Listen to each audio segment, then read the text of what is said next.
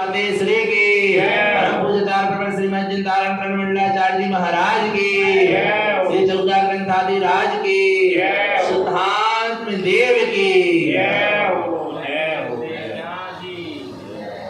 परम आराध्य माजनवाणी सदगुरु तारण स्वामी जिनैन परमात्मा की अमृत झरती सिद्ध जिंदेसना सदगुरुदेव श्री विचार मत ग्रंथ के अंतर्गत श्री पंडित पूजा जी ग्रंथ कह रहे हैं। क्या है पंडित पूजा?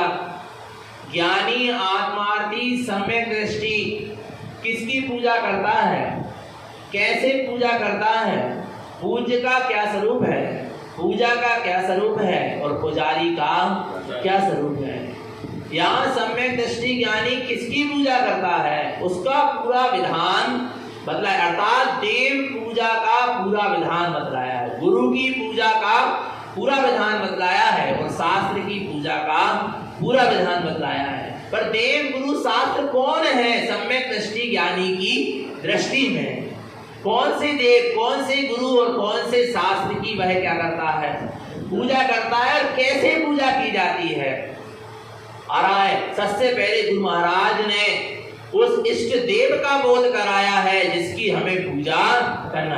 बिना पूज्य के ज्ञान के आपकी पूजा सच्ची हो सकती नहीं। पहले पूज्य का सही सही क्या होना चाहिए, ज्ञान होना चाहिए, और जहाँ पूज्य का ज्ञान होगा वही सच्ची क्या कहलाएगी, पूजा होगी। पता चला पूज्य है झूठे और पूजा कर रहे हो तुम, आ रहा नहीं आ रहा सच्ची, पर वो सच्ची पूजा नहीं कराएगी क्योंकि तुम्हारा पूज्य ही क्या नहीं है, गलत है, सच्चा नहीं है। इसलिए सबसे पहले क्या होना चाहिए, पूज्य का सही सही निर्णय होना चाहिए। तो गुरु महाराज सबसे पहले अपने इष्ट पूज्य की पूजा बतला रहा है। वो क्यों बतला रहा है? कल बात आई थी क्योंकि पंचम काल में जीव जिनेंद्र और परमात्मा की, जिनेंद्र देव की, सच्चे देव गुरु शास्त्र की पूजा के नाम पर क्या हो गए थे, भगवान महावीर स्वामी के निर्वाण के बाद क्या हो गए, भटक गए। जिन धर्म में विकृति आ गई देव पूजा के नाम पर, गुरु पूजा के नाम पर, शास्त्र की पूजा के नाम पर। इसलिए गुरु महाराज ने जो जिनेंद्र परमात्मा ने चौथे काल में सच्चे देव गुरु शास्त्र की जैसी पूजा कही थी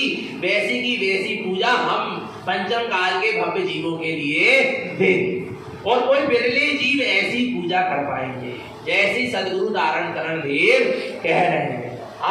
उन्होंने उस समय देव पूजा का सच्चा विधान बताया और उस समय के जीवों ने उस सच्चे विधान को स्वीकार भी किया। आरा भगवान अपना, पर धीरे धीरे लोग फिर से वही मिथ्या आडंबर में क्या होते गए, चलते चले गए, और हमारे जैसे कुछ भव्य जीव क्या हो गए, बच गए, जो आज भी शुद्ध देव, शुद्ध गुरु और शुद्ध शास्त्र की क्या कर रहे हैं, शुद्धता से पूजा कर रहे हैं। तो पूजा का विधान क्या है और पूज्य कहाँ मिलेगा, पूज्य किसे कहते हैं, हमारा पूज्य कैसा है, हमारा इष्ट देव कैसा है, वो सदगुरु देव सबसे पहले नंबर की गाथा में बतला रहे हैं। अपने इष्ट देव की का बोध करा के हमें जगा रहे हैं, हमें जागरूक कर रहे हैं किसके प्रति, अपने इष्ट के प्रति। अभी जीव अपने इष्ट के प्रति क्या नहीं है, जागरूक नहीं है। इष्ट है कुछ और मान और किसी को इष्ट रहे, माने आप अपने इष्ट पूज्य के प्रति जागरूक नहीं हो। आगे देखो क्या कहते हैं, कौन है इष्ट देव, ओंकार से ऊर्ध्वस्य ऊर्ध्वसन्निभाव शाश्वतम् भिन्ने स्थाने निर्दिष्टन्ते ज्ञानमयं शाश्वतं ध्रुवम्। क्या कह रहे हैं, ओंकारस्य ऊर्ध्वस्य, ओंकारस्य नहीं आ रहा समझ में, निराकार निर्विकार निर्विकल्प, ऊर्ध्वस्य जो अपने आप में ऊर्ध्व स्वभाव में दृष्टा हुआ है, आ रहा है, वो हमारा देव है। कौन है देव? ओंकार में ही जो चैतन्य सत्ता है, जो निराकार है, निर्विकार है, निर्विकल्प है, न जिसका कोई आकार है, न जिसके में कोई विकार है और न जिसमें कोई विकल्प है, वो कौन है? ओंकार में चैतन्य सत्ता, ऊर्ध्वस्य जो अपने ऊर्ध्व स्वभाव में स्थित है। आत्मा हमेशा अपने ऊर्ध्व स्वभाव में क्या है, स्थित है। और बाहर में जो अरहंत और ये भी अपने ऊर्ध्वगामी स्वभाव में क्या है, स्थित है क्या नहीं है?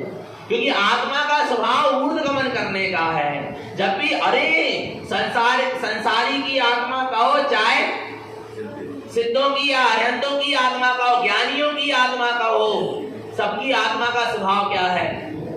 ऊर्ध्वगमन करने का है। पता है आपको, जब मृत्यु होती है, आयु का अंत आता है, तो आत्मा निकल के क्या होती है, शरीर से जाती है। तो सबसे पहले कहाँ जाती है? ऊपर ही जाती है। प्रत्येक जीव की आत्मा जब आयु का अंत आता है, तो प्रत्येक जीव की आत्मा सबसे पहले निकलती है शरीर से, तो कहाँ जाती है? ऊपर की ओर जाती। फिर जैसे कर्म बंधे रहते हैं उस जीव के साथ, वैसे क्या होता है, नहीं यार, वैसे वो मोड़ ले लेती। एक मोड़, दो मोड़ और तीन मोड़ में कोई ना कोई शरीर में वो जन्म ले लेती। आ रहा नहीं आ रहा भगवान आत्मा? पर प्रत्येक जीव की आत्मा का स्वभाव कैसा है? ऊर्ध्वगमन करने का है। पर फिर ऊर्ध्वगमन क्यों नहीं हो पा रहा? क्यों मोड़ ले लिया जा रहा है? क्यों संसार की गति हो रही है? इसलिए हो रही है क्योंकि जीव कर्म संयोग के बीच में। जैसे तुम्बी होती है ना, क्या होती है? तुम्बी हो या लकड़ी हो, आ रहा है, उसका स्वभाव कैसा है? उसको पानी में डालेंगे तो क्या होगी? ऊपर तैरेगी। तैरेगी क्या नहीं तैरेगी? बोलो। पर कोई तुम्बी, कोई लकड़ी यदि काय से, मिट्टी से लिपटी हो, उसको पानी में डालोगे तो वो कहाँ जाएगी? बोलो कहाँ जाएगी? नीचे जाएगी। ऐसे ही आत्मा का स्वभाव ही ऊर्ध्वगमन करने का है। पर क्या करे, कर्मों से लिपटी है आत्मा, इसलिए कहाँ जा रही है? अधोगति, नीची गति हो रही है, विभागों के कारण हो रही है। पर यहाँ गुरु महाराज कह रहे हैं तुम अपने ऊर्ध्वगामी स्वभाव को देखो, तब तुम्हारा ऊर्ध्वगमन होगा। कर्मों के बीच में भी रहते हुए हमें यही देखना है कि मेरा स्वभाव कैसा है, ऊर्ध्वगमन करने का है। कैसा है मेरा स्वभाव? ऊर्ध्वगमन करने का है, ऊपर जाने का है। जैसे मिट्टी में लिपटी हुई तुम्बी भी स्वभाव से कैसी है? ऊर्ध्वगामी है। ऐसे ही अपना स्वभाव भी कैसा है? ऊर्ध्वगमन करने का ही है। आरा भगवान आत्मा तो ओंकार से ऊर्ध्वस्य, देखो तुम ऊर्ध्वगामी स्वभाव के क्या हो, धारी हो भगवान आत्मा। तुम ओंकारमय निराकार निर्विकार निर्विकल्प स्वरूप हो। ऊर्ध्व सद्भाव शाश्वतम, आत्मा का जो ऊर्ध्व स्वभाव है वो कैसा है? शाश्वत है, अखंड है, ध्रुव है। आरा भगवान आत्मा सद्भाव, जिसका कभी अभाव होने वाला, ऐसे परमात्मा की हम आराधना करते हैं जिसका कभी अभाव होने वाला, जो आज है और कल नहीं है, ऐसे परमात्मा की हम आराधना। जो खंडित हो जाए, टूट जाए, फूट जाए, चिढ़ जाए, फट जाए, ऐसे परमात्मा की हम आराधना। कैसे परमात्मा की आराधना करते हैं? सद्भाव, जिसका हमेशा क्या बना हुआ है? सद्भाव बना हुआ है, जिसका कभी अभाव होने वाला, जो पहले भी था, अभी भी है और बाद में भी। त्रिकालमा एक रूपम, क्या जो परमात्मा है वो कैसा है? त्रिकालमा एक रूपम, जो मेरा परमात्मा है वो पहले भी था, अभी भी है और बाद में भी रहेगा। वो भूतकाल में भी चेतन था, वर्तमान में भी चेतन है और भविष्य में भी चेतन ही रहेगा। उसकी सत्ता त्रिकालमा एक रूपम, कैसी है? तीनों काल में एक स्वरूप है। ऐसा ज्ञान मूर्ति में चैतन्य तत्व भगवान आत्मा, वो मेरा क्या है? पूज्य है। इसके अलावा मेरे और कोई पूज्य नहीं है। आरा भगवान आत्मा, ऐसे ऊर्ध्वगामी स्वभाव को क्या करो? पूजो। आ रहा नहीं आ रहा? कहाँ नहीं आ रहा भगवान आत्मा? नहीं आ रहा? कैसा कैसा स्वभाव है? ऊर्ध्वगमन, ऊपर की ओर उठने का। अच्छा, आत्मा को ऊपर कौन उठाएगा? परमात्मा को ऊपर, अरहंत परमात्मा ऊपर उठ गए क्या नहीं उठ गए? बोलो। संसार से ऊपर उठे क्या नहीं उठे? बोलो ना, उठ गए ना। चार घातिया कर्म क्या हो गए? 6 हो गए। अरहंत परमात्मा संसार से क्या हो गए? ऊपर उठ गए। उपयोग स्वभाव से जुड़ा तो आत्मा कर्मों से क्या हो गई? ऊपर क्या हो गई? उठ गई। और देखो ना, अरहंत परमात्मा जो शरीर सही थे, बेबी जब अरहंत परमात्मा जब होते हैं तो केवल ज्ञानी परमात्मा जब केवल ज्ञान को प्राप्त करते हैं तो क्या होता है? देवता आकर स्वर्ण कमल की क्या करते हैं? रचना। पर उन स्वर्ण कमल से भी हमारे अरहंत परमात्मा 4 उंगल क्या होते हैं? ऊपर होते हैं। होते क्या नहीं होते? बोलो। उनको ऊपर किसने किया? किसने किया? वो अपनी साधना से ऊपर उठे कि किसी ने उसको ऊपर किया? बोलो ना। और जिनको उठाने की जरूरत पड़ रही है, जिनके उठाने के लिए क्रेन की जरूरत पड़ रही है, मशीन की जरूरत पड़ रही है, लोगों की जरूरत पड़ रही है, वे परमात्मा है क्या? बोलो ना। अपनी साधना से कर्मों की निर्जला करके जीव अपनी दृष्टि को अंतर्मुख करके क्या होता है?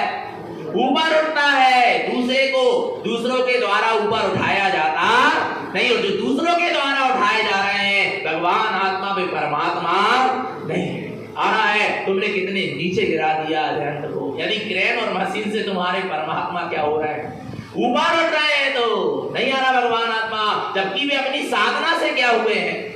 बोलो, महावीर स्वामी ऊपर उठे तो काय से उठे? काय से उठे?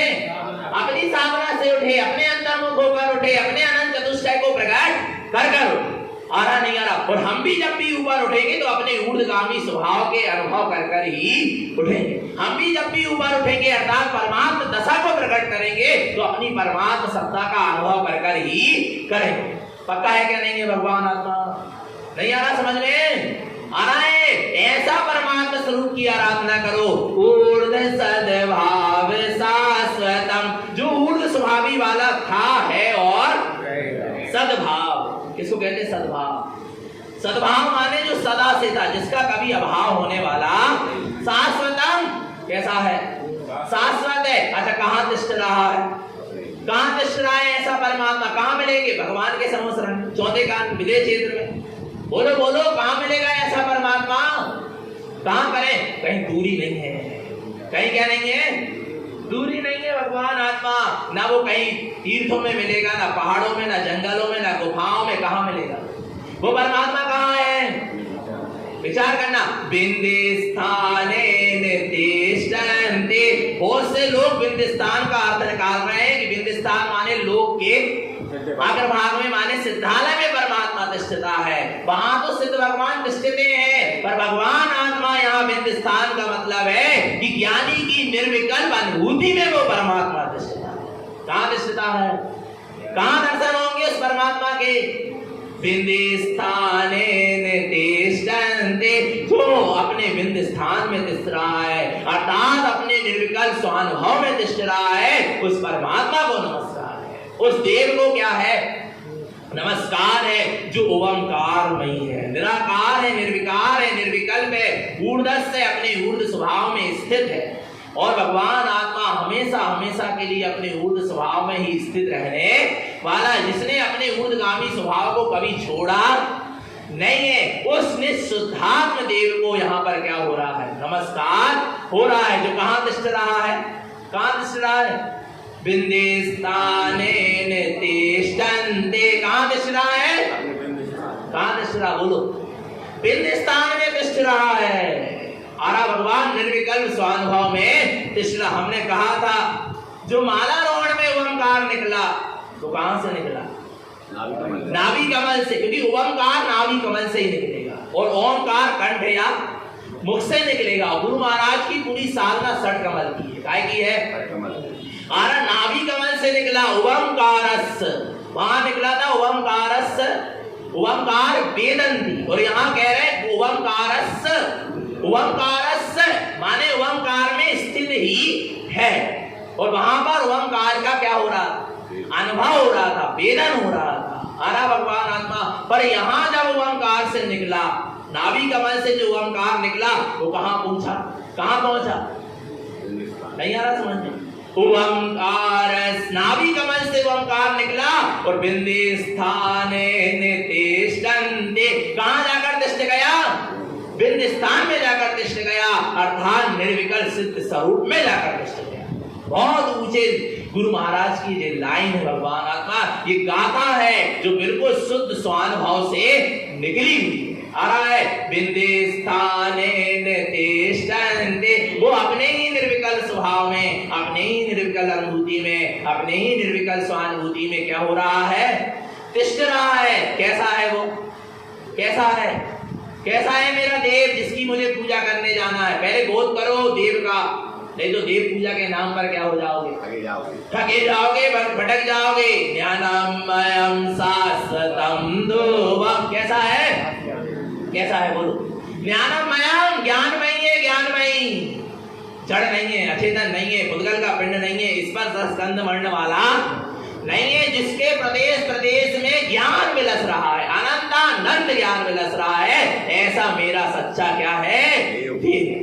नहीं आ रहा भगवान आत्मा? कौन सा है सच्चा देव? ज्ञानमयम देव कैसे हैं? ज्ञानमय आ रहा है। हमारा निःशुद्धात्मा भी कैसा है? बोलो ना, ज्ञान में ही ना आत्मा संख्यात प्रदेशी और एक एक प्रदेश ज्ञान से परिपूर्ण है क्या? नहीं है? बोलो, एक एक प्रदेश में अनंतानंद ज्ञान की शक्ति विलस रही है। आ रहा है, मैं निःशुद्धात्मा आनंद ज्ञान वाला हूं, मैं ही मेरे लिए देव हूं, मैं ही मेरे लिए क्या हूं? देव हूं, पूज्य हूं। आ रहा भगवान आत्मा। और व्यवहार में जो अरहंत परमात्मा है वे भी कैसे हैं? अनंत ज्ञान वाले हैं। आ रहा है। और जो सिद्ध भगवान है वे भी ज्ञान से परिपूर्ण है, कोई भी ज्ञान से रिक्त नहीं है। आ रहा नहीं आ रहा? पहले देख लेना, जिसकी मैं पूजा कर रहा हूं उसमें ज्ञान विलस रहा है क्या? नहीं विलस रहा। उसमें अनंत ज्ञान की शक्ति स्फुटित हो रही क्या? नहीं हो रही। उसमें अनंत ज्ञान का प्रकाश प्रकाशित हो रहा है क्या? नहीं हो रहा। पहले देखना, फिर उस इष्ट देव की तुम क्या करना? आराधना करना, जिसमें ज्ञान की दृष्टि नहीं, जिसमें ज्ञान का अंश नहीं, जिसमें ज्ञान का प्रकाश नहीं, जिसमें ज्ञान का अनुभव नहीं, जिसमें ज्ञान का वेदन नहीं, वो पुद्गल के पिंड कैसे इष्ट देव हो सकते हैं? हो सकते हैं क्या? बोलो बोलो। और ज्ञान से रहित अचेतन जड़ वस्तु की यदि तुम आराधना कर रहे हो तो अपने ज्ञान में घोर ज्ञानावरणी कर्म का क्या कर रहे हो? बंद कर रहे हो। कभी भी तुम्हें अपने ज्ञान में इष्ट देव के दर्शन हो सकते नहीं है। आरा भगवान आत्मा। तो ऐसा ज्ञानमयम शाश्वतम ध्रुवम, कैसा है आत्मा?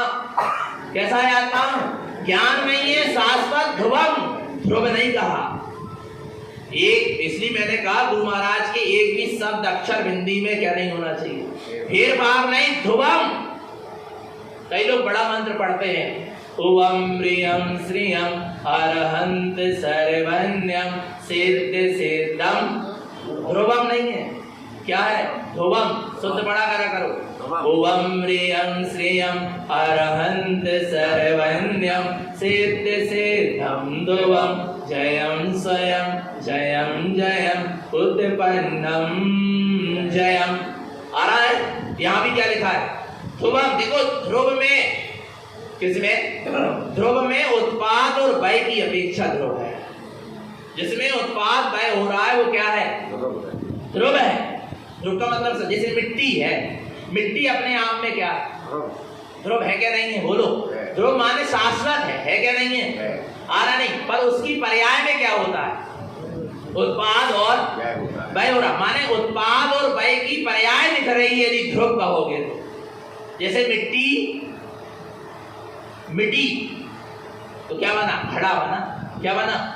घड़ा बना। बना क्या? नहीं बना। दिया बना, घड़ा बना, सुराही बनी, कुछ भी बनी। आ रहा है। और वो सुराही और घड़ा और दिया क्या हो जाए? मिट जाए तो फिर क्या बन गई? माने मिट्टी मिट्टी क्या? मिट्टी मिट्टी क्या? जो मिटने के बाद भी ना मिटे उसका नाम क्या है? मिट्टी है। आ रहा नहीं? आ रहा भगवान आत्मा। पर्याय में उत्पाद क्या हुआ? जिस समय घड़ा की, जिस समय नहीं आ रहा भगवान आत्मा, मिट्टी जिस समय घड़े की पर्याय थी उस समय मिट्टी की पर्याय नहीं। आ रहा नहीं? आ रहा भगवान आत्मा। और जिस समय सुराही की पर्याय थी उस समय घड़े की पर्याय नहीं। क्या हो गई? एक पर्याय में उत्पाद हुआ तो दूसरी पर्याय क्या हो गई?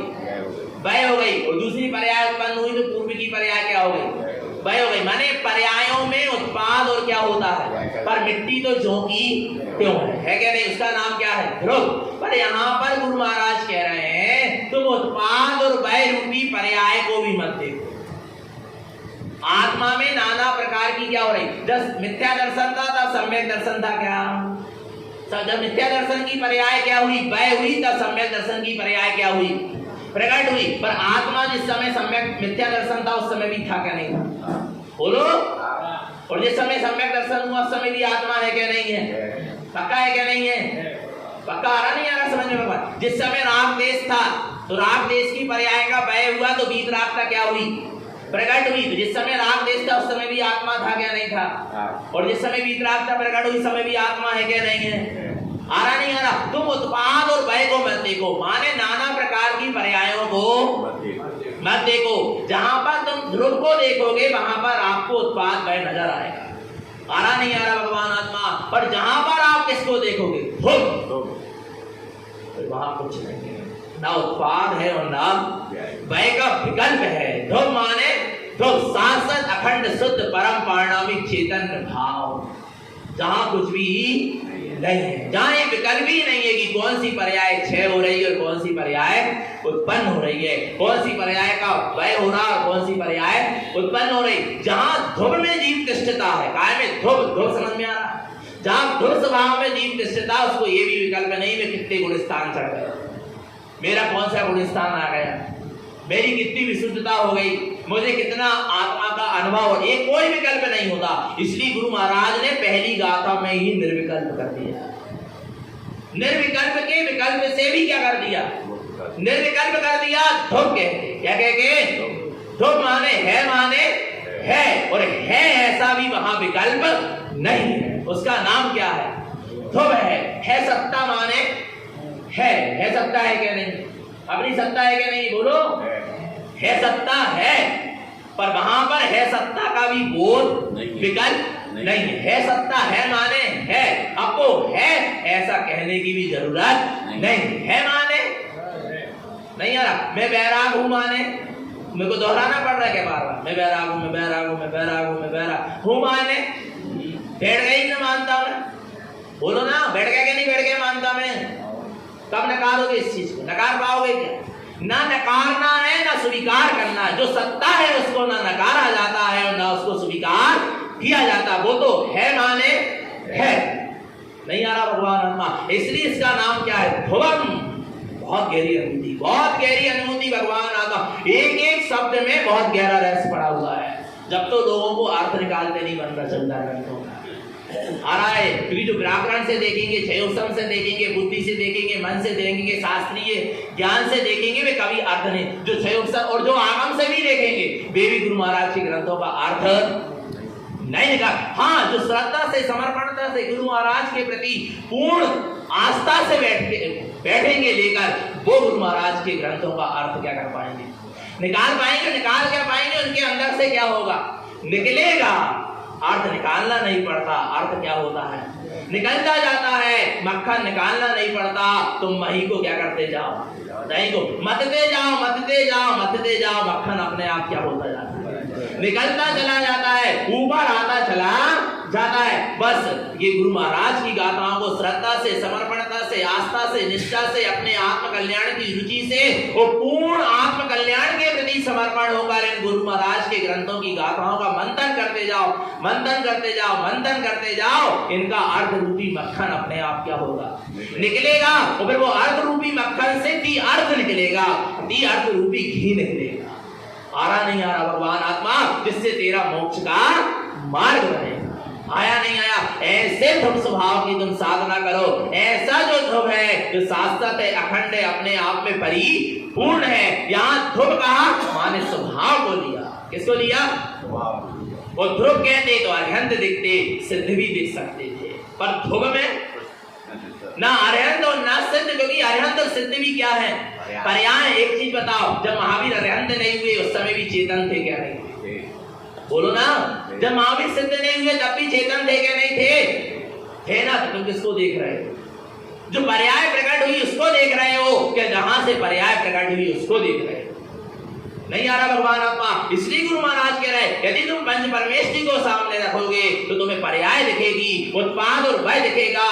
ध्रुव को देख पाओगे, ध्रुव को नहीं देख पाओगे।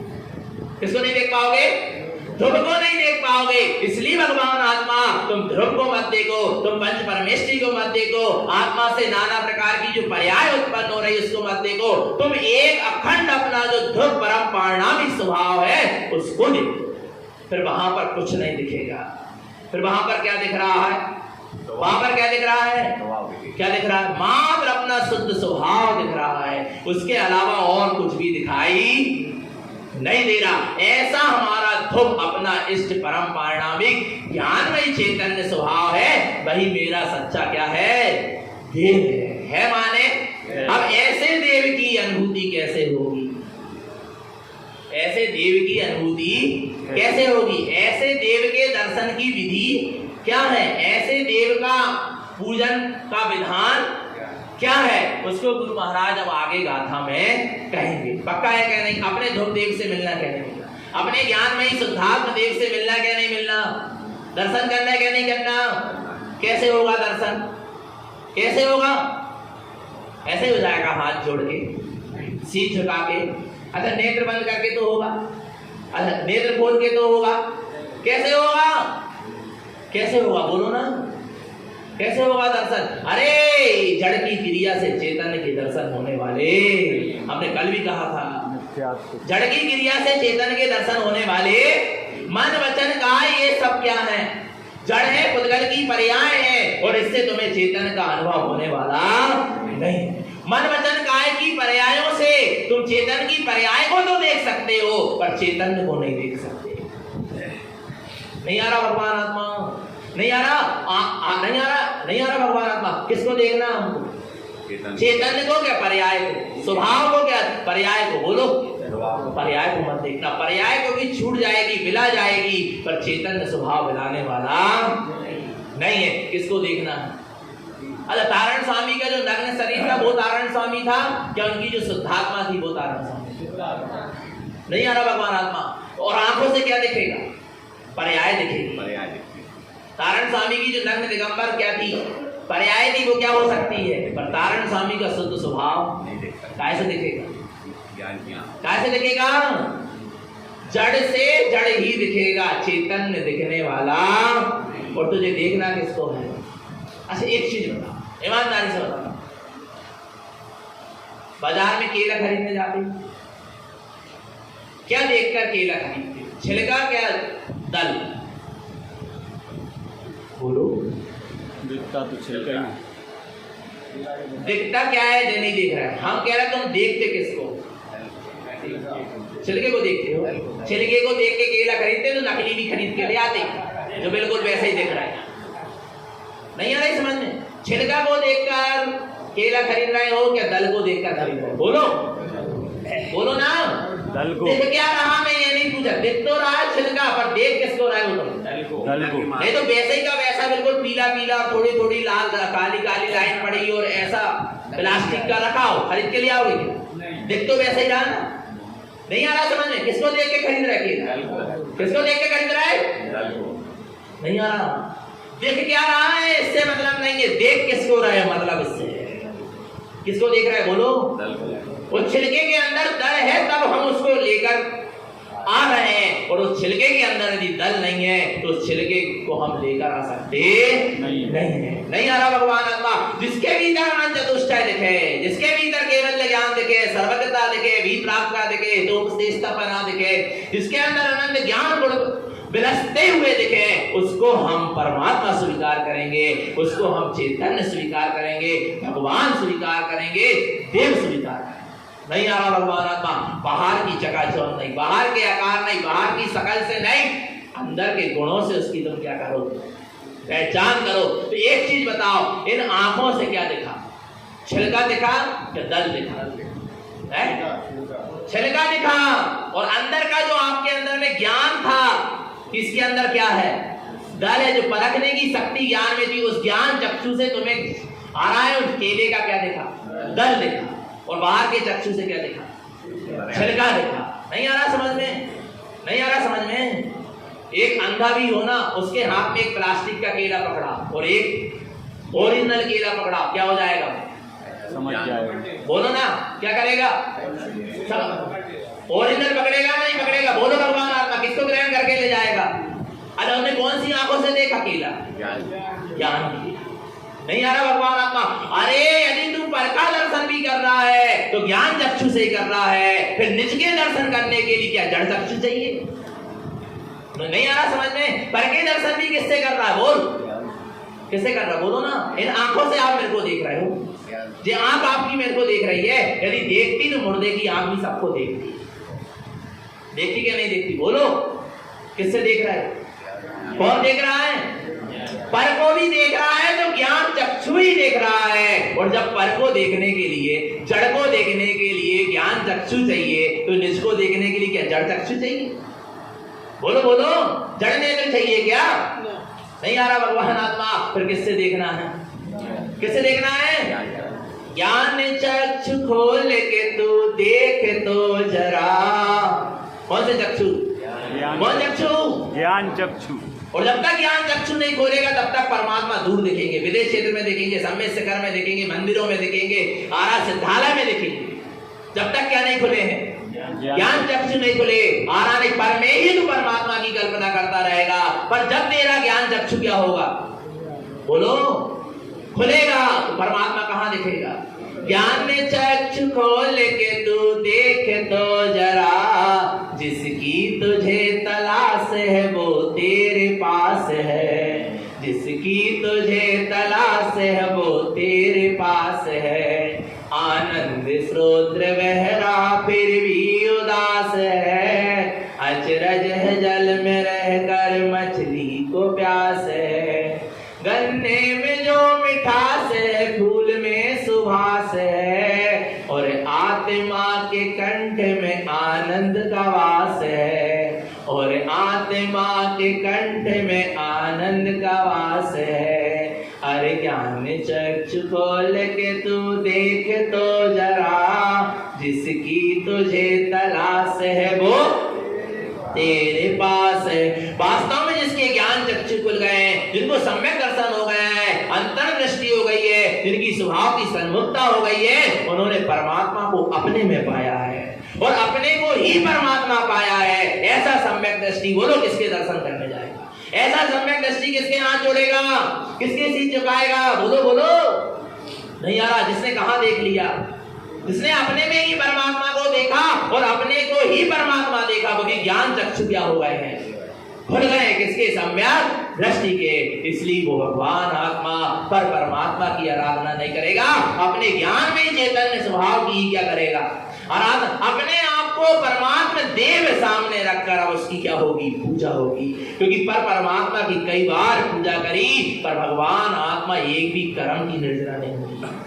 ये मुक्ति का मार्ग नहीं बना आरा भगवान आत्मा, पर एक समय के लिए भी तू निज परमात्मा सत्ता की पूजा कर लेता, निज आत्म स्वभाव के दर्शन कर लेता, तेरा मोक्ष का मार्ग अभी अभी क्या हो जाता?